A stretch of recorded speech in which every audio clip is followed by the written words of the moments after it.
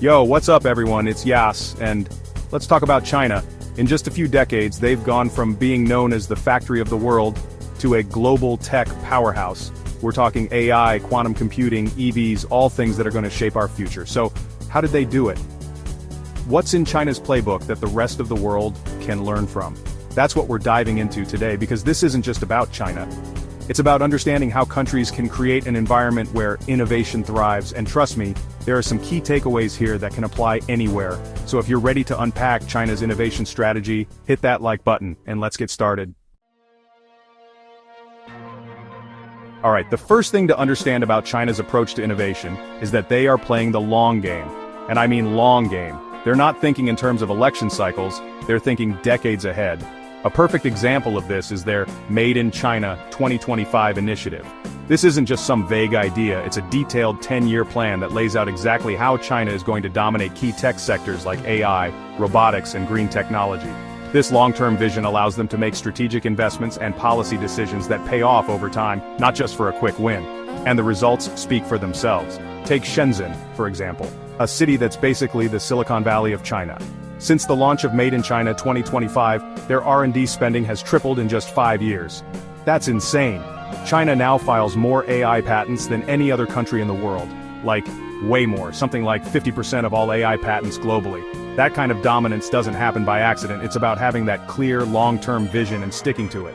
Think about it like this. Most companies wouldn't release a phone without a 5-year software support plan, right? They know they need to think long-term to stay competitive. That's exactly what China is doing on a national scale, and it's clearly working. So takeaway number 1 from China's playbook. If you want to win at innovation, you gotta think long-term. Forget about those short-term gains, and focus on where you want to be in 10, 20, even 30 years. So, China has this long-term vision, but they're not afraid to get their hands dirty and experiment in the short term. In fact, they're masters at it. Their strategy is all about testing new ideas quickly, iterating on what works, and then scaling those solutions nationwide with incredible speed. Remember Made in China 2025? Well, a key part of that plan is the creation of pilot cities. These cities are like living labs where they can test out new technologies and policies on a smaller scale before rolling them out to the entire country. Take Hangzhou, for example. They've implemented things like tax breaks for tech startups and fast-track approvals for AI projects. The result? Hangzhou's tech exports have skyrocketed by 40% in just 3 years. They're basically creating a blueprint for success that can then be replicated in other cities and regions. This approach allows China to be incredibly agile and responsive to changes in the tech landscape. They can identify what's working, ditch what's not, and quickly adapt their strategies. It's like having a national innovation lab where they can constantly experiment and refine their approach. This kind of rapid iteration and scaling is something that many countries struggle with, but China has shown that by embracing a test fast, fail fast, scale fast mentality, you can accelerate the pace of innovation and quickly gain a competitive edge. And here's the thing, this approach isn't just limited to government initiatives. Chinese tech companies have fully embraced this rapid iteration cycle as well. They're constantly pushing out updates, gathering user feedback, and making improvements at a pace that would make most Silicon Valley companies' heads spin. So, lesson number 2 from the Chinese playbook: don't be afraid to experiment and iterate. Create environments where you can test new ideas quickly, learn from your mistakes, and then scale those solutions rapidly. Now let's talk about another one of China's secret weapons: collaboration between tech giants and startups. You see, in many countries there's this inherent tension between the two. Big companies often see startups as threats, and there's a lot of competition for talent and resources. But China has figured out a way to turn that dynamic on its head. Instead of trying to crush the competition, Chinese tech giants are actively investing in startups, providing them with resources, and helping them scale. And this isn't just some altruistic move, it's a strategic partnership that benefits everyone involved. Take Baidu, for example. They've created this massive AI platform that they're essentially giving away to smaller companies. This platform provides access to all sorts of AI tools and resources, which can drastically reduce R&D costs for startups. We're talking like a 90% reduction in some cases. Then you have companies like Huawei, which has partnered with over 200 universities across China to collaborate on research and development. They're basically building a pipeline of talent and innovation by working directly with the academic world. This kind of collaboration is key to creating a thriving innovation ecosystem. When big companies and startups can work together, they can share resources, leverage each other's strengths, and accelerate the pace of innovation.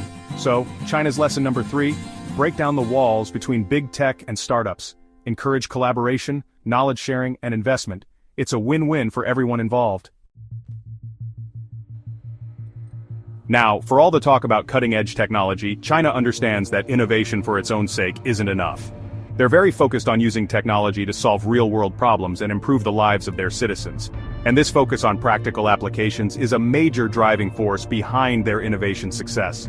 For example, let's talk about JD.com, one of China's biggest e-commerce companies. They're using drones to deliver medical supplies and vaccines to remote villages that are difficult to reach by traditional means. This isn't just some cool tech demo, it's a practical solution that's addressing a real need and having a tangible impact on people's lives. Then there's the work they're doing with AI to reduce pollution. In some of their pilot cities, they've implemented AI-powered systems that optimize the energy consumption of factories and power plants. In some cases, they've been able to reduce coal plant emissions by as much as 20%. That's huge. By focusing on these real-world applications, China is ensuring that its innovation efforts are actually translating into meaningful improvements in areas like healthcare, sustainability, and quality of life. And this focus also helps to attract talent. People want to work on projects that have a purpose, that are making a difference. By aligning its innovation efforts with these real-world challenges, China is able to attract the best and brightest minds to work on these important issues. So, key takeaway number 4, don't innovate in a vacuum. Focus on solving real problems that affect people's lives. It'll give your innovation efforts purpose and attract the best talent. Alright, we've talked about China's long-term vision, their rapid iteration cycle, their collaborative ecosystem, and their focus on solving real-world problems. But none of that would be possible without the most important ingredient of all, talent. China understands that innovation is driven by people, and they've made it a national priority to attract and cultivate top talent in STEM fields. They're not just throwing money at the problem either. They're creating a whole ecosystem that supports the development and success of these individuals. For starters, they're offering some seriously generous incentives to attract top scientists and engineers from around the world. We're talking 6-figure grants, research funding, and even expedited paths to citizenship. They're basically rolling out the red carpet for the best and brightest minds in tech. But it's not just about attracting talent, it's also about cultivating it.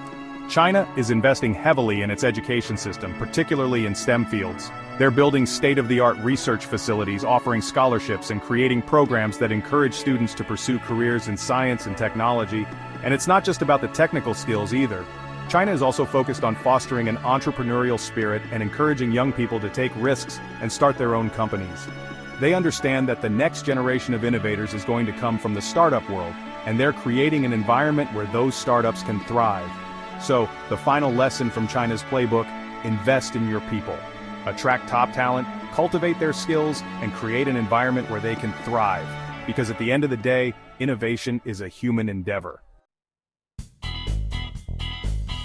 So that's China's innovation playbook. They're playing the long game, embracing rapid iteration, fostering collaboration, solving real-world problems, and investing heavily in talent. And it's clearly working. But here's the thing.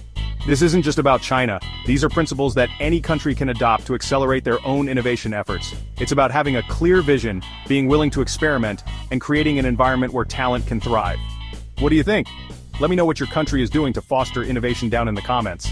And for more deep dives into the world of tech and innovation, make sure to hit that subscribe button and stay tuned. Peace.